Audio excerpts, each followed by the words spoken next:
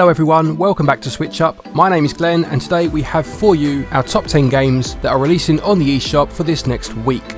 Now I'm going to be completely honest, this seems to be another one of those weeks where the majority of the games put the meh into unmemorable, but I'll try ranking them nonetheless. Now there's no Mark with me tonight, it's just me, but fear not, just like Kylie Minogue and Jason Donovan, I'm sure we'll be back together this time next week. Right, now, especially for you, let's have a look at these games.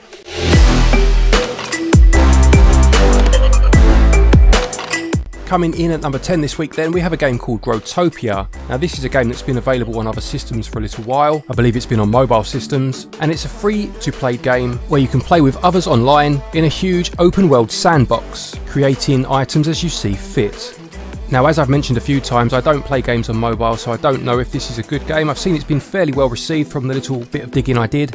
I'm not into the free-to-play model. I see here that there are various gems and other things that you can buy, which I'm assuming will speed up the rate in which you get items. I might be wrong there, I don't know, but that model just isn't for me.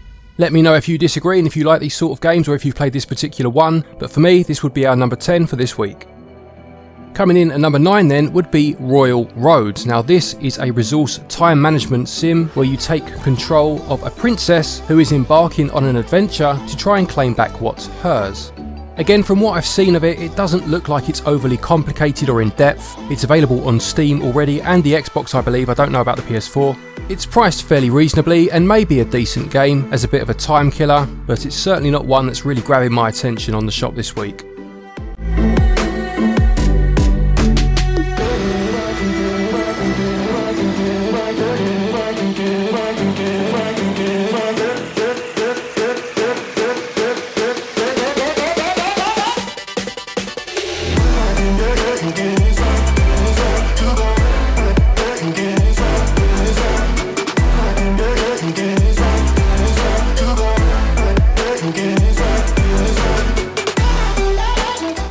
Right, at number 8 then we have World Cruise Story. Now this is a Kairosoft release and is a management sim where you are in charge of a luxury cruise liner and have to keep your guests entertained.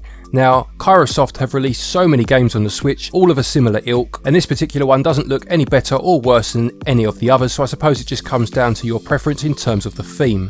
Again, this looks decent, nothing special, but some of the Kairosoft games that have already released have a theme that's more appealing to me, so this one isn't necessarily one that I would pick up.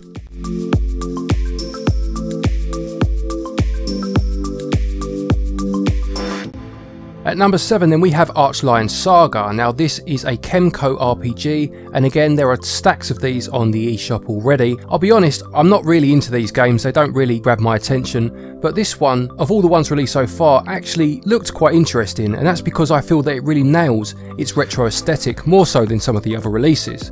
That being said, when you then read the blurb on the eShop and you see the game describe itself as adequate, it doesn't really fill you with hope. I mean, of all the words they could have picked. Add to that the fact that it looks like a My First RPG type game, but not just that, I mean, there's hand holding, and then by watching the trailer of this, it almost looks like the game completely does away with hand holding, picks you up and just carries you there by itself.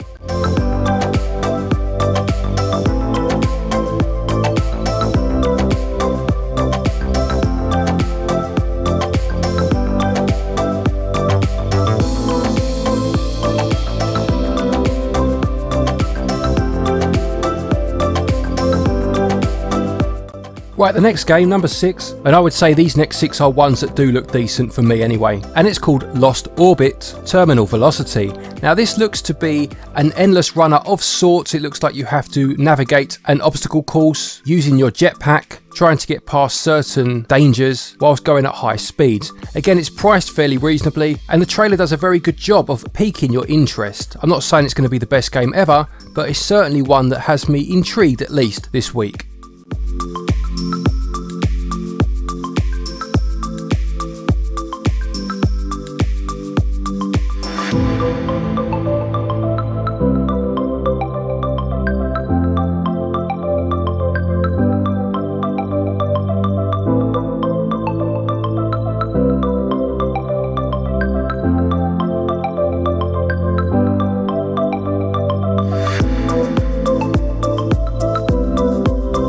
At number 5 this week we have a game called Etherborn. Now this is a gravity shifting puzzle game where you have to guide your character around a series of worlds using the aforementioned gravity shifting mechanic to try and reach the goal. Now this looks very much like a game I played briefly on mobile a few years ago called Monument Valley. I think it was actually Mark that showed me the game. He had it and was raving about it, and I had a go on it, and it was a decent game. This looks really interesting actually. It has that similar style to Monument Valley in terms of its gameplay, but also has a really intriguing aesthetic as well.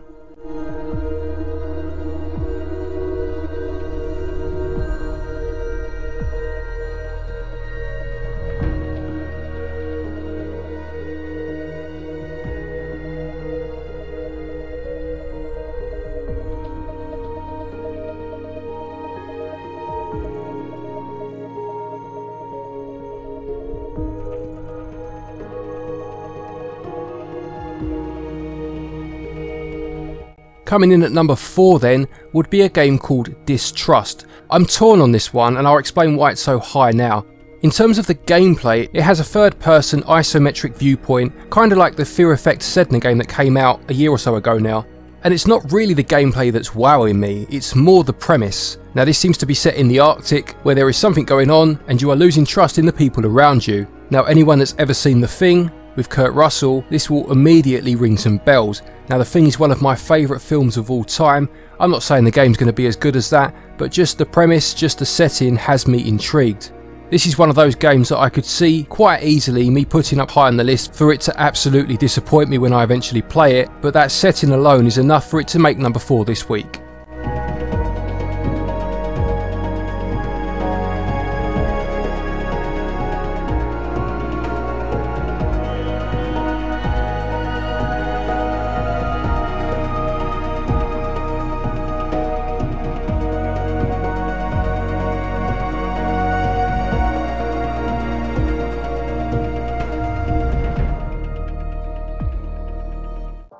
Coming in at number 3 then is a game called Hyperlight Ultimate. Now this looks to be a Geometry Wars type game, fast paced, very psychedelic, lots of flashing colours and lights where you are in charge of a spaceship and have to destroy enemies.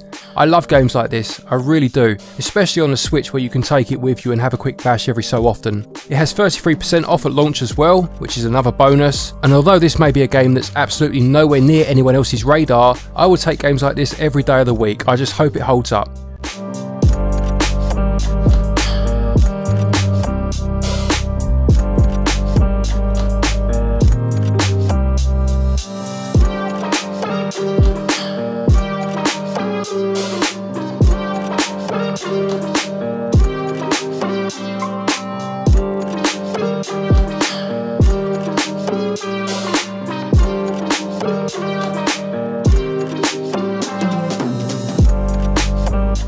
Number 2 is a game called Redeemer, which describes itself as an intense top-down action game where you have to take out a variety of enemies using a wide selection of firearms, melee weapons, etc, etc.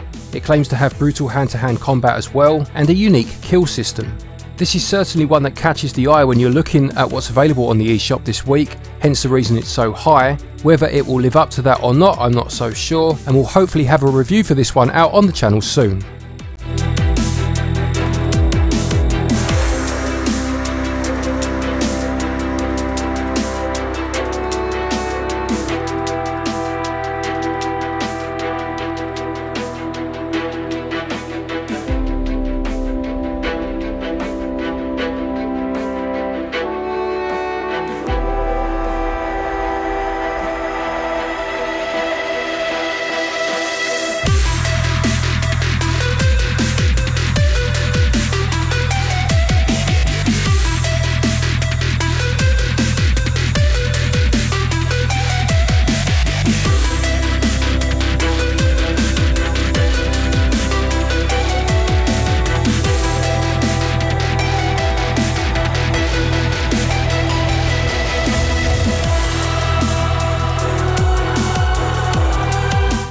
Finally then at number 1, and probably no surprises here, and it's Marvel Ultimate Alliance 3 The Black Order. I played the first 2 Ultimate Alliance games back in the day, I think it was on the PS2 if memory serves me right, as well as the X-Men games that were similar, and there was also a Justice League one from DC Comics. The beauty of these games is of course taking on the role of some of your favourite characters, creating teams and causing a lot of devastation and carnage, while slicing up a few bad guys on the way. It was quite unexpected when this one was revealed. I don't think anyone could have predicted that Nintendo would publish the next Marvel Ultimate Alliance game, but it's certainly a bit of a win having this as an exclusive on the Switch. If it's as fun as the previous games in the series, then this will definitely be one to check out.